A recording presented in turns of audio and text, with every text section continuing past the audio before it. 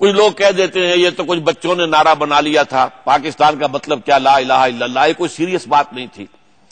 بہرحال بچوں نے بنایا ہو، لیکن مسلمانان ہند کے دل کی آواز بنا تھا۔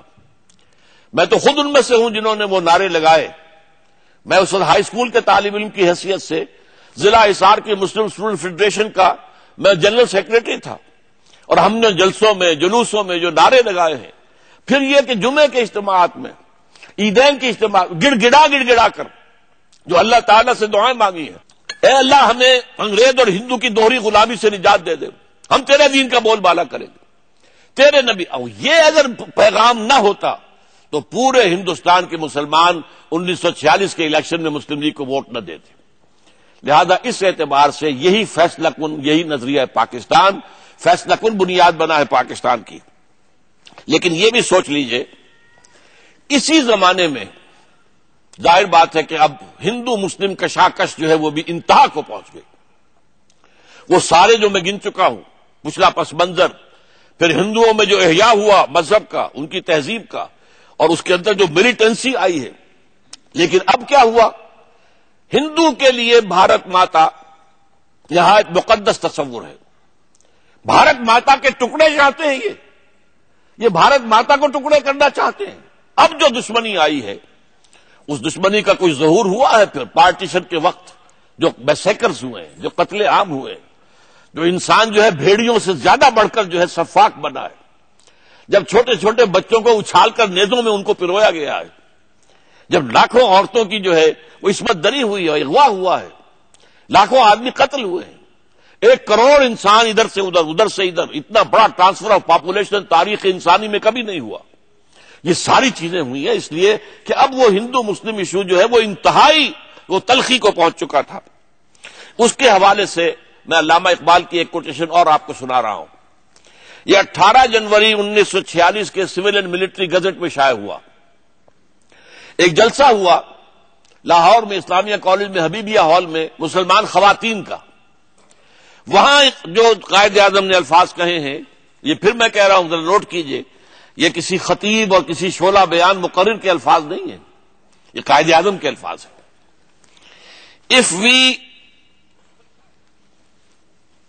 If we do not succeed in our struggle for Pakistan، 46 کی بات ہو رہی ہے، 50 سال پہلے کی، ذرا نوٹ کر دیجئے۔ If we do not succeed in our struggle for Pakistan، the very trace of Muslims and Islam will be obliterated from the face of India۔ اگر پاکستان قائم نہ ہوا تو اسلام کا اور مسلمانوں کا نام و نشان ہندوستان سے ختم ہو جائے گا۔ اور یہ بات انہونی نہیں تھی، یہ بالکل یوں سمجھیے کہ ایکشن ریپلے ہوتا ہسپانیہ کا، وہاں بھی 800 برس حکومت کی تھی۔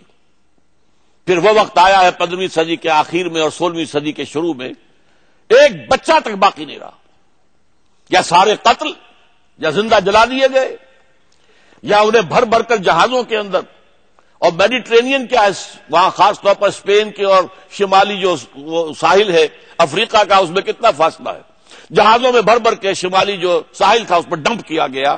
کوئی ایک بچہ تک نہیں وہاں بچا جہاں 800 برس تک حکومت کی تھی، جہاں غرناطہ کے محل اب بھی قابل دید ہیں، جا کر لوگ سیاحت کرتے ہیں اور دیکھتے ہیں، مسجد قرطبہ اب بھی قابل دید ہے، اور وہاں تہذیب 800 برس تک مسلمانوں کی۔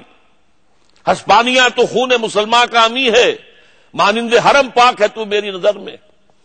وہی معاملہ ہندوستان میں ہو سکتا تھا، یہ قائد اعظم کے الفاظ ہیں، اور میں ان کی تائید کرتا ہوں، اس لیے کہ ہندو ملیٹنسی جس حد تک پہنچ چکی تھی اور ہندو کے جذبات جس شدت کو پہنچ گئے تھے، اس کے بعد یہ کوئی انہونی بات نہیں تھی۔ لیکن اب اس میں جو بات کہنا چاہ رہا ہوں، غور سے سنیے، یہ معاملہ اصل میں ہوا ہے ڈیوائن انٹرونشن سے۔ اللہ تعالی